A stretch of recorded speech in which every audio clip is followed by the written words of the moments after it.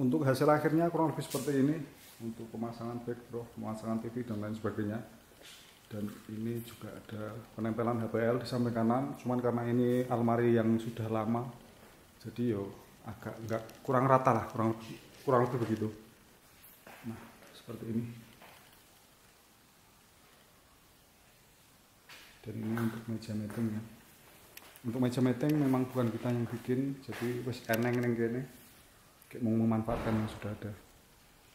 Dan mungkin itu saja untuk kesempatan membuat konten kali ini, dan sampai bertemu di video selanjutnya.